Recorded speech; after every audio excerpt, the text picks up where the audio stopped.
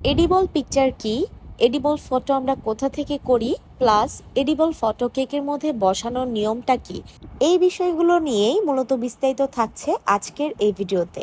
তো চলেন বেশি বকবক না করে আমি কাজের কথায় আসি। তো এই যে আজকে এখানে যেই কেকটা দেখতে পাচ্ছেন, এই কেকটার মধ্যে আমি এডিবল ফটো সেট করব। তো তার আগে বলি, এডিবল ফটো হচ্ছে মূলত খাওয়া যায় এক ধরনের প্রিন্ট। এডিবল মানে হচ্ছে যেগুলো আমরা খেতে পারবো। অনেক সময় আছে আমাদের কাস্টমাররা ডিমান্ড করে এডিবল পিকচার দিয়ে কেক করে দিতে, আবার অনেক কাস্টমাররা ডিমান্ড করে নন এডিবল দিয়ে করে দিতে।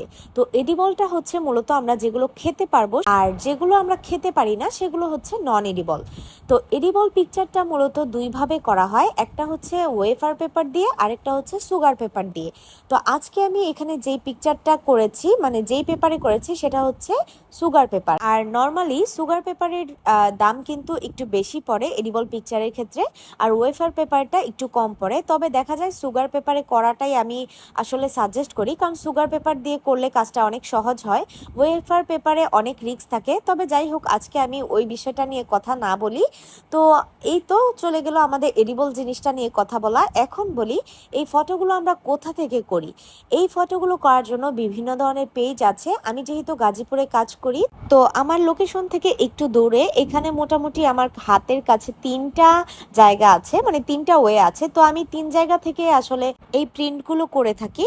তো আপনারাও এরকম বিভিন্ন ধরনের দেখবেন সুগার পেপার করার এরকম অনলাইন পেজ আছে, বা আপনাদের আশেপাশেও খোঁজ নিয়ে দেখতে পারেন।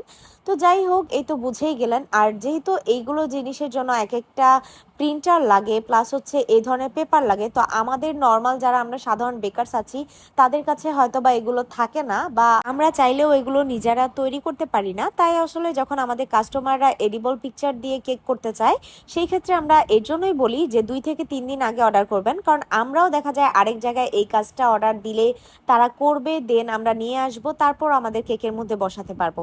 তো যাই হোক, এখন বলি এডিবল পিকচারটা আসলে বসানোর নিয়ম কি, মানে কেকের মধ্যে আপনারা কিভাবে বসাবেন। তো এডিবল পিকচার মূলত 2 রকম, প্রথমেই বলেছি ওয়েফার আর হচ্ছে সুগার পেপার। তো ওয়েফার পেপারের নিচে কিন্তু কোনো ধরনের এক্সট্রা শিট থাকে না, বা যেটা একটু আগেই দেখলেন যে আমি একটা স্টিকারের মতন এরকম পেপার থেকে খুলে নিয়েছিলাম ছবিটা, তো ওইটা থাকে না ওয়েফার পেপারে। তো সরাসরি ওয়েফার পেপারটা কেকের মধ্যে বসিয়ে দিতে পারেন। আর সুগার পেপার দিয়ে করলে ওই তো যেরকম দেখলেন আমি অনেকটা স্টিকারের মতো এরকম টান দিলে একটা কাগজ থেকে এটা বের হয়ে আসে, মানে ট্রান্সপারেন্ট শিট থাকে। তো সেটা থেকে এরকম আপনাকে হাত দিয়ে টেনে এটা বের করে নিতে হবে। তো এরপর কেকের মধ্যে আমরা খুব আলতো করে ছবিটাকে বসিয়ে দিব। আর ছবিটা বসাবো আমরা ডেলিভারি দেওয়ার আগে, মানে কেকটা ডেলিভারি দেওয়ার 30 মিনিট আগে, কারণ এই এডিবল ফটোটা কেকের মধ্যে বেশ অনেকক্ষণ আগে বসিয়ে রাখলে কিন্তু অনেক সমস্যাই হয়। যেমন ধরেন এই ছবিটা ফুলে উঠতে পারে, বা দেখা যায় একটু একটু বাবল ক্রিয়েট হয়ে যায় ভিতর দিকটাতে, যেটা দেখতে হয়তো বা ভালো লাগে না।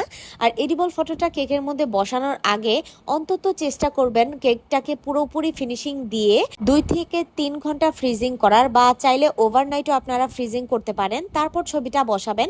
এতে করে আপনি যেমন ছবিটা একদম পারফেক্ট ভাবে বসাতে পারছেন, ঠিক তেমনি কিন্তু আপনার ছবিটাও আর ফুলে উঠবে না। তো আশা করি এডিবল ফটো নিয়ে আপনাদের এই ভিডিওটা অনেক বেশি উপকারে আসবে। তো যাই হোক, ভিডিওটা ভালো লাগলে শেয়ার করতে ভুলবেন না। সবাই ভালো থাকবেন। আল্লাহ হাফিজ।